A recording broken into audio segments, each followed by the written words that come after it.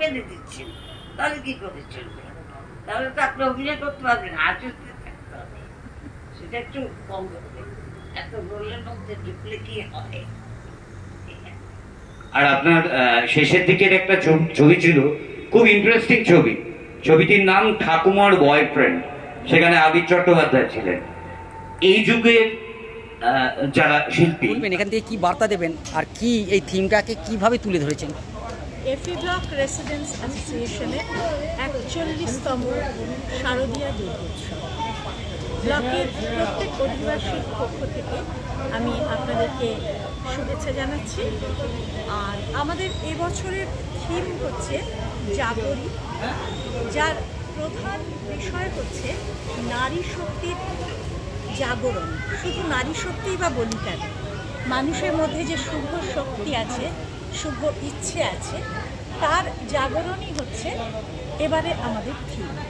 আমরা দেখছি চারপাশে পৃথিবী জুড়ে যে হানাহানি, নারী ঘাতী, শিশু ঘাতী, মানবতা ঘাতী যে হিংস্র সাপদেরা চারপাশে দাপিয়ে বেড়াচ্ছে, তাদেরকে আমরা একটা বার্তা দিতে চাই যে ভালোবাসা এবং নিজের শুভ চেতনার উদ্রেক, এর হাত ধরাধরি করেই কিন্তু আমরা পৃথিবীর বুকে শান্তি আনতে পারি। আমরা মুছে দিতে পারি মানচিত্রের সমস্ত সীমারেখা। আমরা বলতে পারি যে আমাদের কোনো সীমানা নেই, আমরা সবাই এক। এপি আবাসনের যে পুজো, সেটা দেখতে 41তম বর্ষে পদার্পণ করলেন, আর 41তম বর্ষে একটা নতুন ভাবনা। হ্যাঁ, নতুন ভাবনাটা তো জাগরণ, আপনারা শুনেছেন জাগরী, ঠিক আছে? ভাবনাটা আমাদের এটা নারী শক্তি নিয়ে আমরা পরিকল্পনা করেছি। আমাদের এত বছর পুজো হতো আমাদের সবসময় কমিউনিটি হলের মধ্যে, এই প্রথম হয়েছে আমরা বাইরে নিয়ে এসেছি পুজোটাকে, এবং সেটা একটা অন্য থিমে, নারী শক্তি থিমে আমরা এটাকে সাজিয়েছি।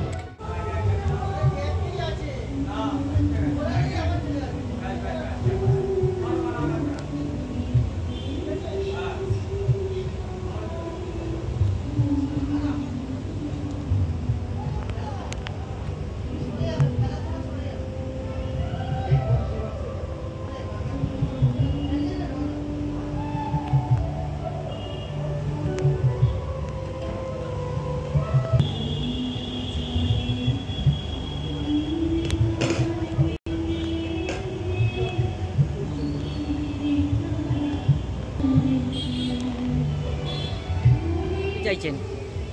আমাদের কষ্ট হয়েছে ঠিকই আছে, কিন্তু কষ্ট করেও তার মধ্যে আমরা খুব আনন্দিত যে প্যান্ডেল কমপ্লিট করতে পেরেছি। কতদিন লাগলো এই প্যান্ডেল কমপ্লিট করতে? আমার কমপ্লিট হয়ে গেছে। কতদিন লাগলো তৈরি করতে? কতদিন লাগলো? প্রায় 1.5 মাস। 1.5 মাস। কোথা থেকে এসেছেন? আমি ডায়মন্ডে এসেছি। ডায়মন্ড হারবার থেকে সুদূর কলকাতা, একদম শেষের প্রান্তে। তো কেমন? সল্টলেকের এখানে এই ব্লকের সঙ্গে আমরা দীর্ঘদিন ধরে জড়িত। তো আমরা ব্লকের জিনিসটা ওনারা যেটা চেয়েছেন সেটা আমরা যতটা পেরেছি চেষ্টা করেছি। তো আমাদের সঙ্গে আর্টিস্টবাবু ছিলেন, রাজীববাবু ছিলেন, ওনার সঙ্গে আমরা হাত ধরে একই সঙ্গে কাজটা করে আমরা খুবই আনন্দ পেয়েছি। এরপরে যেটা দর্শক বলবে সেটা। এখান থেকে পুজো উদ্যোক্তাদের কি বার্তা দেবেন? পুজোটা বলবো যে আবার পরে প্রতি বছর যেন এরকম নতুন নতুন করে থিম আসে, আমরা যেন ভালোভাবে আরও নতুন করে কিছু করতে পারি।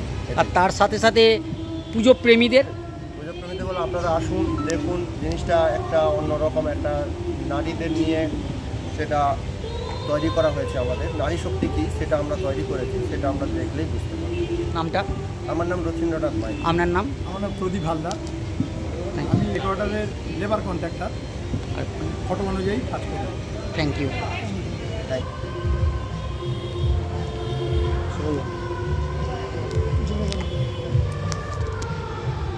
FE রেসিডেন্টাল অ্যাসোসিয়েশনের উদ্যোগে 41তম দুর্গা উৎসব।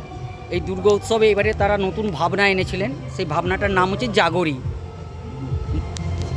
এই জাগরির মধ্য দিয়ে তারা বার্তা দিতে চেয়েছেন সকল নারী শক্তি যাতে এগিয়ে আসে এবং নারী শক্তি যাতে জেগে ওঠে, আর সেই ভাবনার সম্পূর্ণটা করেছেন চিত্রের মধ্য দিয়ে। আপনি এখান থেকে কী বলবেন? হ্যাঁ, প্রথমত এটাই বলবো, FE ব্লকে আমার এখানে প্রথমেই আলাপ হয়েছিল রাখি সরকার, রাখিদি এবং পৃথ্বীরাজ রয়, সুভাষ রয়, ওনাদের সঙ্গে আলোচনা করে এই ভাবনাটা তো প্রতিষ্ঠা পেয়েছিল। তখন আমরা জাগরণের সময় এই কথাটাকে আমরা মাথায় রেখেছিলাম, সেইভাবেই আমাদের আলোচনা শুরু হয়েছিল প্রায় বিগত 60-70 দিন আগে। তারপর আস্তে আস্তে আমরা আর্ট কলেজের কিছু ছেলে এবং কিছু মানে স্টুডেন্টদের আর কি, সেখানে সব রকম তাদেরকে আমরা খুব মানে কষ্ট করে পেয়েছি, তার কারণ এই সময়টা প্রত্যেকেই ব্যস্ত থাকে। তাদেরকে আমরা জোগাড় করেছি, চেষ্টা করেছি যাতে কাজটা একটু ভালো করে হোক। 41তম বর্ষের FE আবাসন অ্যাসোসিয়েশনের উদ্যোগ, এবারে যে ভাবনা জাগরি, আর সেখানে আপনারা সেই ভাবনাটা তুলে ধরেছেন সবার মাঝে। এখান থেকে কী বার্তা দেবেন আর এইটা কিভাবে সম্ভব? আমার বন্ধু সুব্রত ঘোষ এই টোটাল কাজটা করেছে, আমি ওর সঙ্গে ছিলাম। ওর কাজটা দিয়ে ওই টোটাল জাগরণ যে প্রোগ্রামটা করেছে, এটা সবার কাছে খুবই ভালো লেগেছে আমার মনে হয়। আর এই প্রজেক্টটায় আগের বছরে আমাদের দুর্গাপুজোয় যে যত শিল্পী কাজ করেছে 380 কোটি টাকার প্রজেক্ট আমাদের টোটালটা ছিল। 3 মাসে 380 কোটি টাকার প্রজেক্ট কখনো কোনো ইন্ডাস্ট্রিতে হয়নি।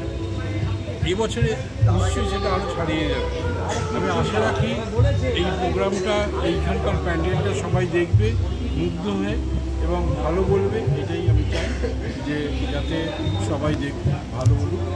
দিল্লিতে কিন্তু এরকম একটা সুযোগ বা ভালোবাসা থেকে যখন আমি সেটা পেলাম হাতে, তখন সেটাকে আমি গ্রহণ করলাম। এই বন্ধুবান্ধব না থাকলে করতাম না, কারণ এদের সহযোগিতা না ছাড়া আমি তো করতাম না। তারা একসঙ্গে ঝাঁপিয়ে পড়েছিল বলেই এই ধরনের একটা প্রয়াস বা সৃষ্টি আজকে FE ব্লকের ইতিহাসে হয়তো থেকে যাবে, এটা আমি বিশ্বাস করি। নমস্কার।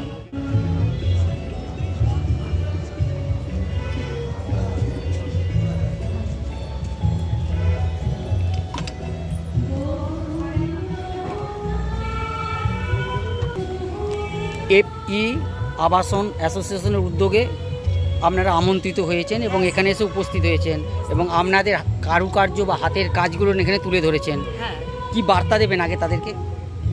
বার্তা দিতে চাই, এটা খুব মানে পৌরাণিক পটচিত্রটা হচ্ছে অনেক পৌরাণিক। এটা 2500 বছর ধরে চলছে, ওই গুহা চিত্র থেকে শুরু করে।